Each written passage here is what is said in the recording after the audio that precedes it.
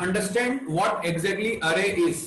ठीक, तो अरे को देखने के लिए सबसे पहले अपन देखते हैं कि अभी तक हमने जो प्रोग्राम बनाए थे उसमें हमने क्या करा था, वेरिएबल वेरिएबल डिक्लेयर किया था, है ना। वेरिएबल डिक्लेयर करना मतलब मेमोरी एलोकेट करना, मैंने बताया था आपको, मेमोरी एलोकेट की थी हमने। अब अभी तक जो प्रोग्राम बनाए थे उसमें हमको जो है वो कम मेमोरी लोकेशन की जरूरत थी, 3 4 अलग 5 ज्यादा से ज्यादा मेमोरी लोकेशंस की, मतलब इतने वेरिएबल्स की जरूरत थी। इसके लिए क्या करते थे अपन, अलग अलग जो वेरिएबल्स थे, जैसे मैंने को एक ए बना दिया, एक्स बना दिया, वाई बना दिया, सम बना दिया, ऐसे अलग अलग वेरिएबल्स के नाम अपन डिफाइन करते थे। ठीक है, बट थोड़ा सा जब आप आगे जाके काम करोगे और जब आप बड़े प्रोग्राम बनाओगे तो उन बड़े प्रोग्राम्स के अंदर एक परेशानी आपको महसूस होगी।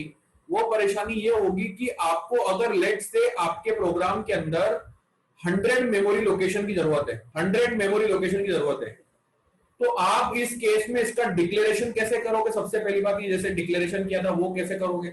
दूसरा, उसको एक्सेस करने का तरीका भी जो है, अलग अलग प्रिंटफ लगाओ सबके लिए, है ना, फिर अलग अलग स्कैनफ लगाओ सबके लिए, बहुत डिफिकल्ट हो जाएगा, मतलब प्रोग्राम अननेसेसरी बहुत बड़ा हो जाएगा आपका। तो आपको क्या है कि, और ये सभी जो मेमोरीज 100 मेमोरीज लग रही है मुझे, वो सभी की सभी मेमोरीज जो है वो सभी एक ही प्रकार की रहेगी, एक ही प्रकार की रहेगी। या तो वो इंटीजर टाइप की रहेगी, या तो वो फ्लोट टाइप की रहेगी, या तो वो कैरेक्टर टाइप की रहेगी, कोई ना कोई एक प्रकार की रहेगी वो। तो अरे ये कहता है, what exactly array says is, इसकी इंग्लिश जो डेफिनेशन है वो ये कहती है कि array are the collection of, array are the collection of similar data types के कलेक्शन को जो है मैं क्या कहता हूं, अरे बोलता हूं। जहां पे इसमें क्या होगा कि मुझे जो है अगर 100 वेरिएबल बनाने हैं तो 100 वेरिएबल के नाम मुझे अलग अलग नहीं देना पड़ेंगे, मैं एक ही नाम, सिंगल नेम जो है वो उसके माध्यम, सिंगल नेम से मैं उन 100 एलिमेंट्स को एक साथ एक्सेस कर सकता हूं। दूसरा, मुझे उनके लिए अलग अलग एक्सेसिंग करने के लिए अलग अलग प्रिंटफ लगाने की जरूरत नहीं है। यहां पे एक बेसिक सेट ऑफ रूल्स होते हैं अरे के अंदर, उन रूल्स को जब हम फॉलो करते हैं तो हम यहां पे लूपिंग स्टेटमेंट्स के माध्यम से, लूपिंग स्टेटमेंट्स अपन ने इसके पहले पहले वाली क्लासेस में देखा है। तो लूपिंग स्टेटमेंट, जैसे कि हमारे पास में फॉर लूप था, इन टाइप के स्टेटमेंट्स के माध्यम से जो है हम मिनिमम लाइंस में, हम मिनिमम इंस्ट्रक्शंस के अंदर बोल दो, या मिनिमम लाइंस में जो है हम अपने कोड को राइट कर सकते हैं। तो ये होता है अरे। अरे क्या होता है? Collection of similar data types, एक जैसे डेटा टाइप्स के कलेक्शन को, या उसको हम लोग, इसको हम लोग कलेक्शन भी कह सकते हैं, ग्रुप भी कह सकते हैं, इसको हम लोग ग्रुप भी कह सकते हैं, उसको हम लोग क्या बोलेंगे? अरे बोलेंगे। अब ध्यान देना, इसको आगे कैसे हम लोग इसका जो है वो इंप्लीमेंटेशन या वो कैसे होगा उसको देखते हैं हम लोग। तो यहां पे देखना, इसमें एक चीज आपको जो है, एक नॉर्मल वेरिएबल जो आप बनाते हो, लेट से मैंने एक वेरिएबल बनाया नॉर्मल वेरिएबल ए नाम से, तो ये ए नाम का वेरिएबल जब आप बनाते हो तो इसका इंटरनल मीनिंग क्या होता है? इसका इंटरनल मीनिंग ये होता है कि आपके पास में एक ए नाम की लोकेशन क्रिएट हुई है जो कि किस टाइप की है? इंटीजर टाइप की है, और कितनी मेमोरी कंज्यूम करती है? 2 बाइट की मेमोरी कंज्यूम करती है। अभी इसके अंदर क्या है? Garbage value. आई मेरी बात समझ में? इसी के साथ में अगर मुझे इसी का ऐसा वर्जन करना है जहां पे मुझे group of values, group of variables create करने हैं, मान लो मुझे 20 वेरिएबल क्रिएट करने हैं और सभी की सभी इंटीजर टाइप के क्रिएट करने हैं, तो वो मैं कैसे करूंगा? अरे के माध्यम से। वो तरीका बता रहा हूं, बहुत ध्यान से समझना, इंपॉर्टेंट है। ये समझ में आ गया तो बहुत सारी चीजें जो है वो आपकी क्लियर हो जाएगी। तो यहां पे अगर मुझे अरे डिक्लेयर करना है 25 एलिमेंट्स का, तो मैं लिखूंगा इंट, और यहां पे लेट से उस पूरे कंबाइन अरे का नाम जो है वो लेट से मैंने दे दिया ABC। कुछ भी नाम दे सकता हूं, लेट्स ए भी यूज कर सकता हूं, बट ए इसलिए यूज नहीं कर रहा कि आप कंफ्यूज ना हो। तो लेट से मैंने उस कंबाइन अरे का नाम दे दिया ABC, और उस ABC नाम का जो ग्रुप है, जब ABC नाम का ग्रुप है उसके अंदर कितने वेरिएबल्स होंगे, उसके अंदर कितने वेरिएबल्स होंगे मैं यहां पे मेंशन करूंगा, ब्रैकेट के अंदर मेंशन करूंगा 25। जब मैं ये लाइन लिखूंगा इस एक काम करो, 25 को भी अपन 25 को भी 5 कर देते हैं, जिससे आपको थोड़ा अच्छे समझ में आएगा। मैं आपको अभी एक्सप्लेन करके बताता हूं।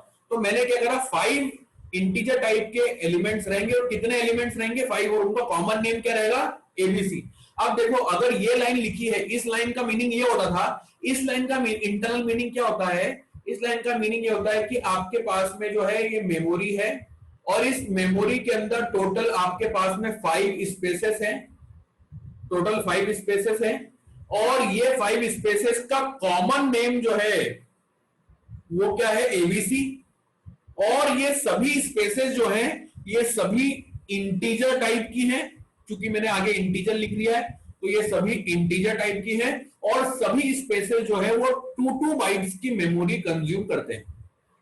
मेमोरी में कोई कमी नहीं है, मेमोरी उतनी ही है, इसका मीनिंग ये होता है। और अब आप बोलोगे, अगर सर इसके स्पेसिफिक जो लोकेशन है वो कैसे एक्सेस होंगे, या उनको कैसे रिप्रेजेंटेशन करा जाता है, तो ध्यान देना, हमेशा ये चीज ध्यान रखना, ये दिस इज अ रूल।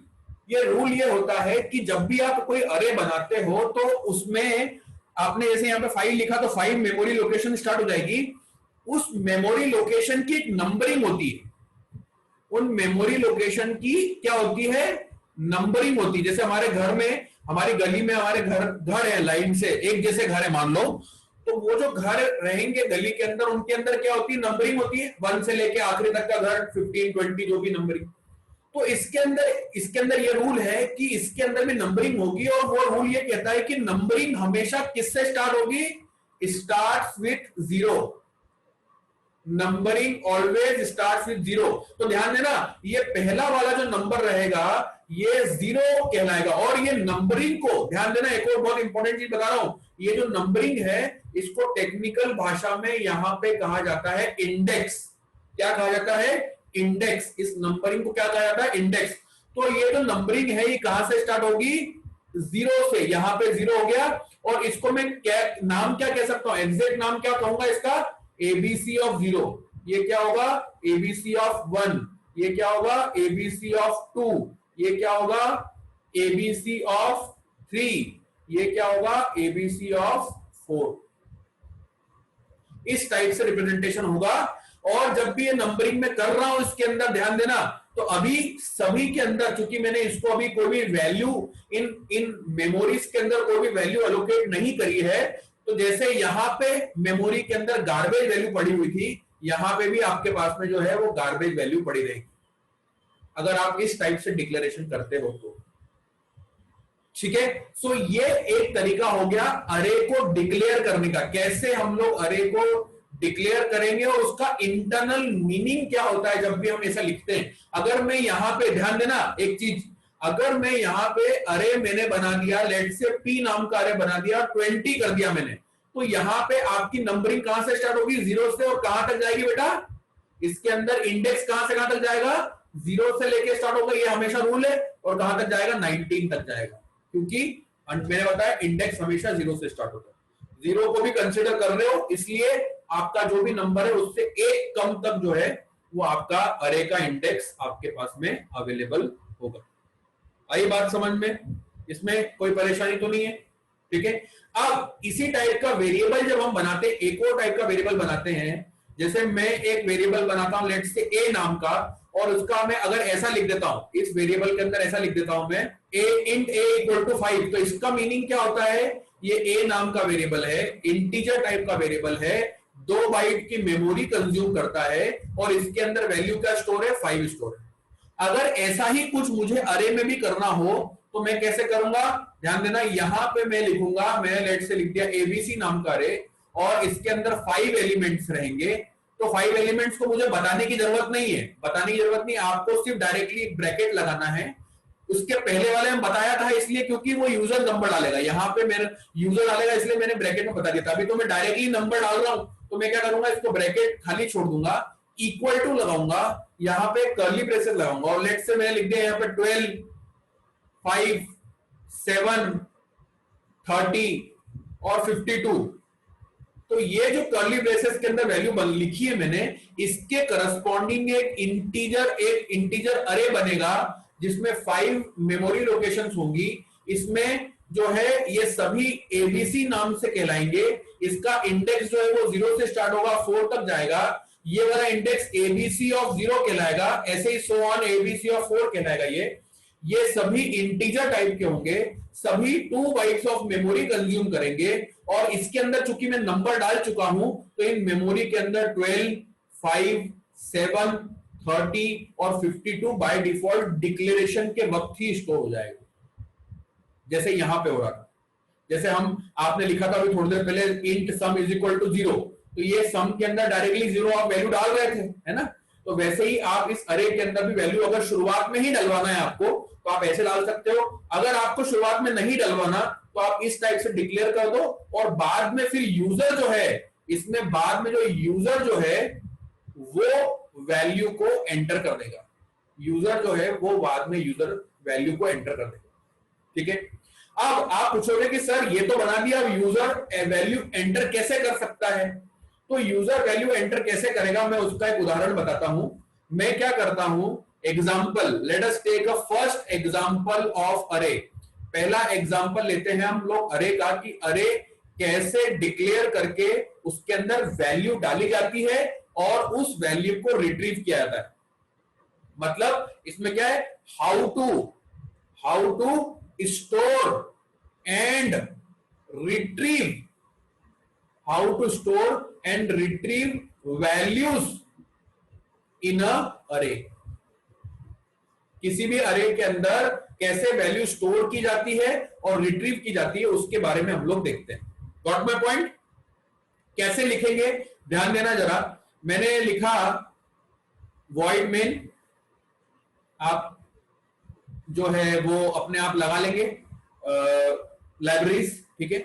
अब मुझे एक अरे डिक्लेयर करना है, लेट से मैं एक इंटीजर अरे बनाना चाहता हूं, तो मैं लिखूंगा इंट, और मैंने अरे का नाम दे दिया मान लो पी नाम से, ठीक है। पी नाम का अरे बना रहा हूं और मुझे चाहिए कि इसके मुझे अंदर 5 वैल्यूज स्टोर करवानी है, तो मैंने ये 5 जो है पी ऑफ 5 लिख दिया इसके अंदर, ठीक है।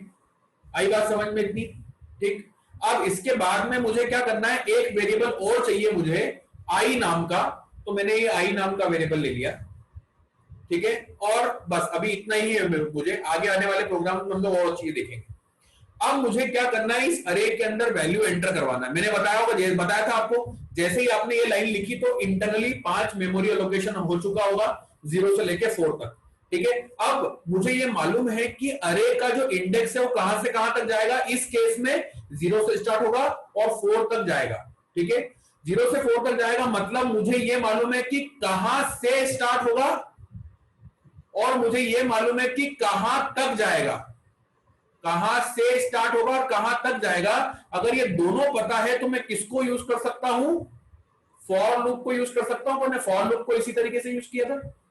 तो मैं क्या करूंगा, ध्यान देना, यहां पे एक फॉर लूप लगाऊंगा, for i is equal to 0 to i less than equal to 4 i plus plus. 0 से स्टार्ट करो आई को और 4 तक चलाओ और एक एक करके बढ़ाते जाओ। और अंदर क्या करना है, अंदर ये करना है, मैं यूजर से एक नंबर एंटर करने के लिए बोलूंगा बार बार, कितनी बार, 5 बार एंटर करने के लिए बोलूंगा। प्रिंटफ, मैं बोलूंगा printf enter a number, user से बोलूंगा एंटर अ नंबर। ये यूजर मैसेज पढ़ेगा तो वो नंबर डालेगा, तो मैंने कर दिया स्कैनफ, और यहां पे ध्यान देना मैंने परसेंटाइल डी, जो कि वो नंबर डालेगा वो किस टाइप का है, इंटीजर टाइप का है, तो परसेंटाइल डी। और उसको स्टोर कहां करना है बेटा, उसको स्टोर कहां करना है, एंड पी नाम के अरे के अंदर, और पी में भी कहां पे, 0 से लेके 4 तक। तो मैं लिखूंगा P of I, P of I. अब क्यों लिखूंगा पी ऑफ आई, ध्यान देना वंशिका इधर, पी ऑफ आई क्यों लिखूंगा मैं यहां पे, क्योंकि जब आई की वैल्यू 0 रहेगी यहां पे, तो यहां पे क्या कॉपी हो जाएगा, P ऑफ 0। P ऑफ 0 मतलब आपने जो मेमोरी लोकेशन बनी हुई है, मैंने आपको वापस रिपीट करके बताता हूं, यहां पे 5 मेमोरी लोकेशन बनी हुई है। ये जो है P ऑफ 0 है, ये P ऑफ 1 है, ये P ऑफ 2 है, P ऑफ 3 है और P ऑफ 4 है, ठीक है। तो जब I की वैल्यू 0 हुई तो P ऑफ 0 के अंदर वैल्यू चली जाएगी। फिर I प्लस प्लस होके क्या हो जाएगा 1, तो P ऑफ 1 में वैल्यू चली जाएगी। फिर प्लस प्लस होकर 2, तो पी ऑफ यहां पे वैल्यू चली जाएगी, जो भी वैल्यू एंटर कर रहा है यूजर। फिर 3 हो जाएगी तो पी ऑफ 3 में स्टोर हो जाएगी, पी ऑफ 4, और जैसे ही 4 के बाद में ये वाली कंडीशन फॉल्स हो जाएगी तो वो बाहर आ जाएगा। मतलब इस लूप से क्या हुआ, इस लूप से हमने ये किया कि हम लोग ने वैल्यू स्टोर करने का काम जो है वो इस लूप से कर दिया। ये वाले फॉर लूप से हमने वैल्यू स्टोर करवा दी। अब मुझे क्या करना है, वैल्यू को रिट्रीव करना है, तो फिर मैं क्या करूंगा, वैल्यू रिट्रीव करने के लिए क्या करूंगा, मैं वैल्यू रिट्रीव करने के लिए मैं एक फॉर लूप और लगाता हूं। यहां पे लिखा for i is equal to 0 टू i less than equal to 4 i plus plus, वापिस 0 को चलाया, 0 से 4 तक चलाया, और यहां पे वैल्यू को प्रिंट करवाना है तो मैं लिखूंगा प्रिंटफ, जैसे नॉर्मल प्रिंटफ लगाते वही परसेंटाइल d, और यहां पे डायरेक्टली विदाउट एंड लिखे p ऑफ i। तो क्या होगा, ये प्रिंटफ से जो भी वैल्यू p ऑफ 0 से लेके p ऑफ 4 तक की वैल्यू जो है वो क्या हो जाएगी, प्रिंट हो जाएगी। यहां पे स्कैन हो रहा था, स्कैन हो रहा था मतलब वैल्यू स्टोर हो रही थी, और यहां पे क्या हो रही है, वैल्यू प्रिंट हो रही है या आउटपुट में आ रही है। ठीक है, तो इस वाले फॉर लूप से वैल्यू प्रिंट हो जाएगी। इसके बाद में मैं लगा दूंगा गेट ch, इसके बाद में लगा दूंगा गेट ch, और एक्चुअल जो मेन प्रोग्राम ये वाला मेन चालू हुआ था वो यहां पे आखिरी में बंद हो जाएगा। मैं चालू बंद करके भी दिखा देता हूं आपको, थोड़ा सा हाईलाइट करके। ये वाला फॉर लूप यहां चालू होके यहां बंद हुआ, ये वाला फॉर लूप यहां चालू होके यहां बंद हुआ, और ये वाला वॉइड मेन जो है वो यहां चालू होके शुरुआत में चालू होके आखिरी में यहां बंद हुआ। ये जो भी है ये सब क्या है, कमेंट है, इसको मत लिखना, दीज और आर कमेंट्स। क्लियर है? इस प्रोग्राम से हमने क्या समझने की कोशिश करी, हम ये समझने की कोशिश करी कि अरे के अंदर वैल्यू स्टोर कैसे की जाती है और अरे के अंदर से वैल्यू रिट्रीव कैसे की जाती है। सी प्रोग्रामिंग के माध्यम से हमने ये समझने की कोशिश करी।